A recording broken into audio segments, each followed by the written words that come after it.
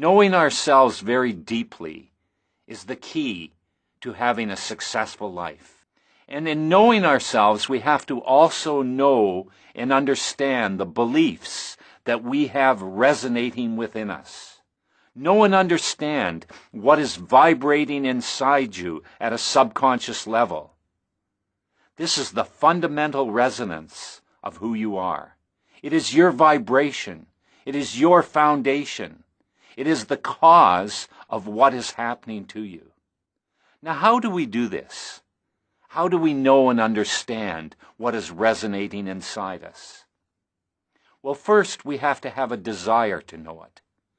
We have to be interested. We have to understand that as mind power students, everything that we think, both consciously and subconsciously, is having an effect in our life. And with this desire to know ourselves very deeply, we begin to observe ourselves. And observing ourselves, we look at our life and what is happening to us, both without, in the outer world of reality, and within. We look at our life without judgment because we want to know ourselves deeply. And when we look within, one of the things that we're confronted with immediately is the great trickster. Now, you have been working with the great trickster over these last number of weeks. Nobody can be doing mind powers regularly and consistently without knowing about the great trickster. But what is often not realized is that what the great trickster is an aspect of our subconscious mind. Now, I've said that there are two main functions of the subconscious. The one function is to give us guidance and insight, to allow us to receive from higher levels of awareness, insights, truth, guidance. And the other aspect of the subconscious is in manifestation, that we can go into our subconscious and imprint any thought, any idea, any belief that we wish to have resonating inside us. Now, what has happened in our life is that our subconscious is like a storage room in the basement, stuffed with all types of things that we have forgotten about. Poet Robert Bly called it the long black bag that we carry around within us. It is the shadow, hurts, failures, disappointments, paths not taken, shame, and a host of other undesirable phenomena all reside within. And so what the great trickster does is it feeds us these little thoughts, often without us even realizing that we're hearing them. You're not going to get ahead. You're never going to have a good relationship. You're not going to heal yourself. And in knowing ourselves, what we understand is these are quite often reflections of old beliefs that are just vibrating inside us. It's time for a spring cleaning. It's time to look within and remove these old beliefs to counteract the effect that they're having on us. So we look within at the great trickster. We also look at the problem areas of our life. And quite often what will happen to us in our life is you will find many areas of your life are working well, and then there might be one or two areas that are not working so well. We have relationships. We have our career. We have our financial objectives. We have our health. We have our spirituality. We have our love. We have our self-appreciation or self-criticism. And in all aspects of our life, it is a reflection of us. It is a reflection of what is going on inside us.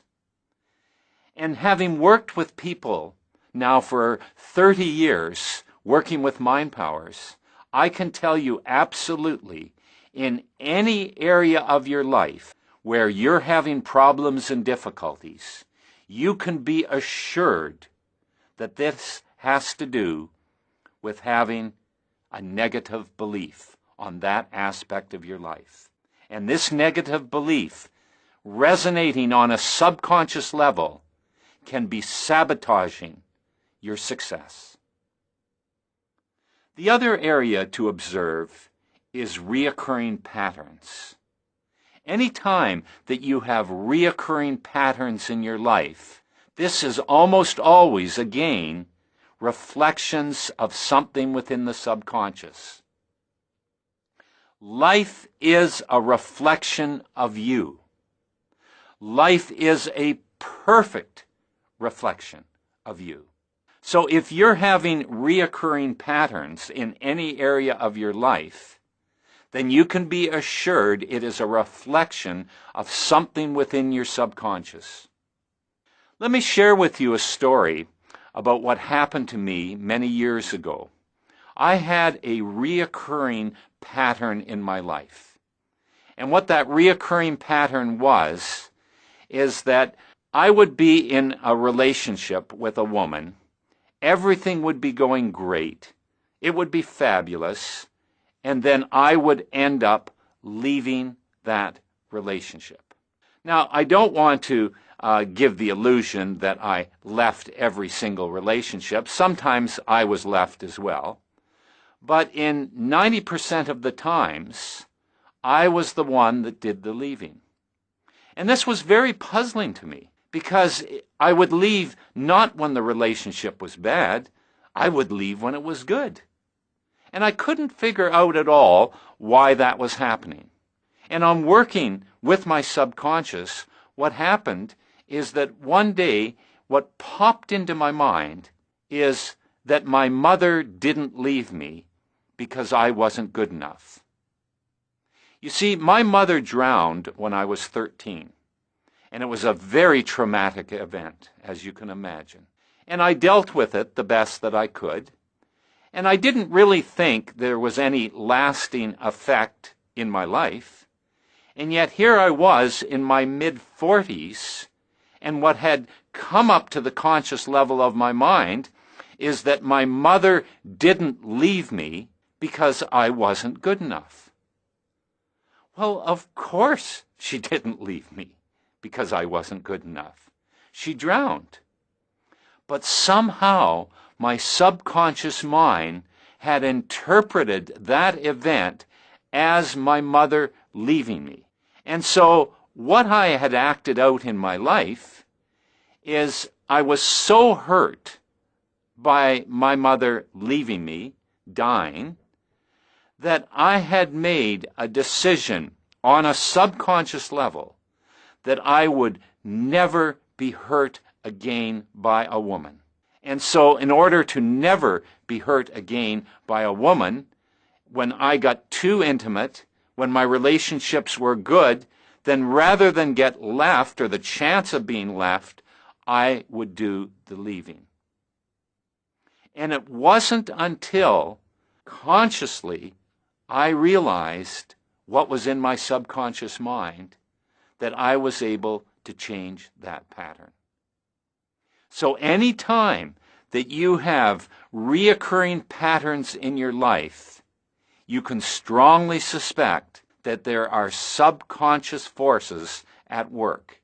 And as you begin to pursue and look into it, you will definitely find it, because your subconscious mind will always reveal its agenda if you approach it with honesty and sincerity.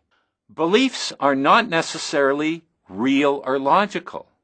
I mean, it was not logical for my subconscious mind to interpret my mother drowning as her leaving me because I'm not good enough. And that's important to know. It's not real or logical. These beliefs that we have within us, they just are. And they are vortexes of energy, very powerful energy vibrating within us.